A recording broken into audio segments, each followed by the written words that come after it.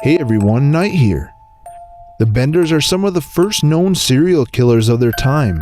What is even more disturbing is what they did to their victims.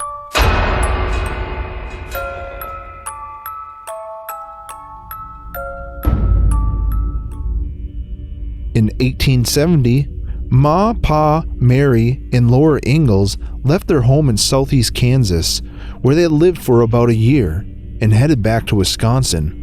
That same year, a group of new families moved into the area. They were spiritualists, a religion that was totally foreign to the homesteaders already in the new state. 2 of the families moved away within a year. The others kept to themselves, with the exception of the Benders. John Bender Sr. and his family settled in Kansas in 1870 near the Great Osage Trail, later known as the Santa Fe Trail. The older Bender, called Pa, made a claim for 160 acres in which is now Labette County. His son John claimed a small parcel that adjoined Pa's land, but never lived on it or worked it. The Benders also included Ma and a daughter named Kate. Ma and Pa spoke mostly German, and their English was so heavily accented that no one understood them. The younger Benders spoke fluent English. The family built a 1-bedroom house near the Osage Trail, with a curtain that divided the home into 2 areas. The front area was a public inn and store, and the family quarters were in the back. Travelers on the trail were welcome to refresh themselves with a meal and resupply their wagons with liquor, tobacco, horse feed, black powder, and food from the Bender home. And they often spent the night. Kate was the most outgoing of the Benders and advertised herself as a fortune teller and healer. It was rumored that she and her mother practiced witchcraft. Kate was attractive, and her psychic abilities drew extra customers to the inn when she wasn't traveling to give lectures on spiritualism and holding healing services. Hundreds of men passed through Kansas on their way to seek the fortune in the West, and some were never heard from again. It took time for such disappearances to draw attention, and there were many reasons for travelers, adventurers, and settlers to be out of touch or even dead. But over the course of a couple of years, more and more missing persons appeared to drop off the face of the earth about the time they passed through Labette County. Several bodies were even found in the area, murdered, but no one knew who did it.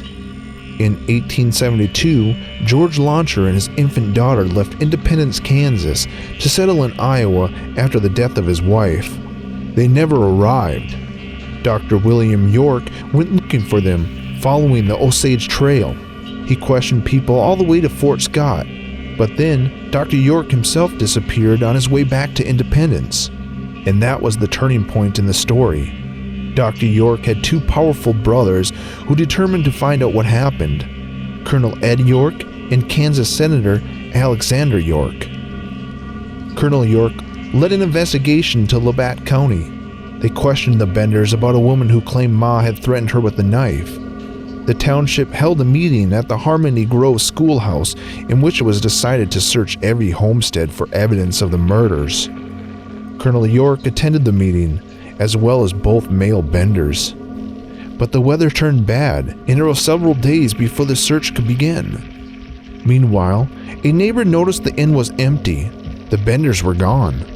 A couple of days later, several hundred volunteers arrived for the search, including Colonel York. The Benders' wagon was gone, but they took little from the home besides food and clothing. What the townspeople did find was chilling. A trap door in the floor behind the separating curtain led to a foul-smelling cellar, which was drenched in blood. The cabin was moved away from the spot and the ground was dug up, but no bodies were found. Then the investigation turned to the garden, which was freshly plowed.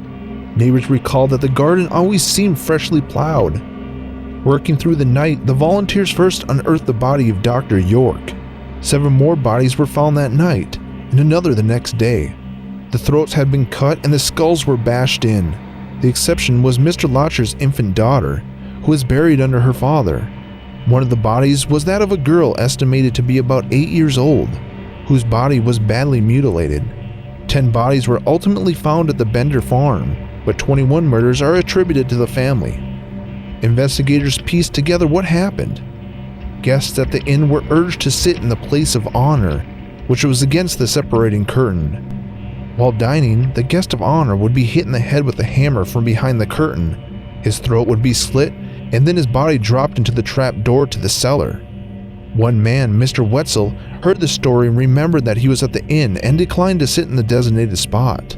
His decision caused Ma Bender to become angry and abusive towards him, and when he saw the male Benders emerge from behind the curtain, he and his companion decided to leave. William Pickering told an identical story. For all the murders, the Benders only received about $4,600 and some livestock from their victims. The crimes created a sensation in the newspaper and drew journalists and curiosity seekers from all over. The Benders' wagon was eventually found some miles away from the homestead. 12 men were arrested as accessories to the murders, most for receiving stolen goods. Senator York offered a $1,000 reward for the Benders, and the governor chipped in another $2,000, but the reward was never claimed.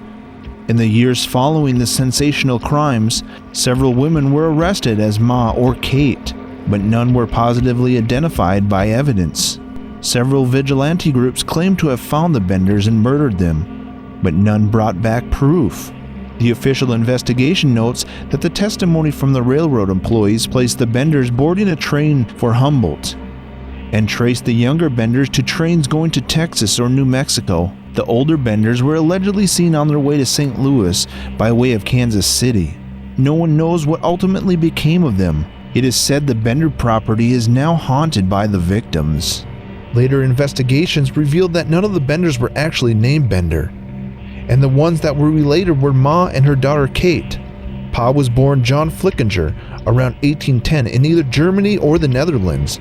Ma Bender was born Elmira Meek, and her first husband was named Griffith, with whom she had 12 children. Ma was married several times before marrying Pa, but each husband died of a head wound. Her daughter Kate was born Eliza Griffith. John Bender Jr.'s name was John Gebhardt, and many who knew them in Kansas said he was Kate's husband instead of her brother. Those are the facts as known. Rumors that surrounded the case were legend. Some said that John Gebhardt was a half-wit, while others said his behavior was a ruse. Others say that Kate was a prostitute as well as a psychic and a murderer. Ma supposedly killed 3 of her older children because they were witnesses to the murders of her husbands. And rumor says that Ma murdered Pa over stolen property soon after they fled. It was also reported that Pa committed suicide in Lake Michigan in 1884. But after 140 years, we will probably never know what really happened to the bloody Benders.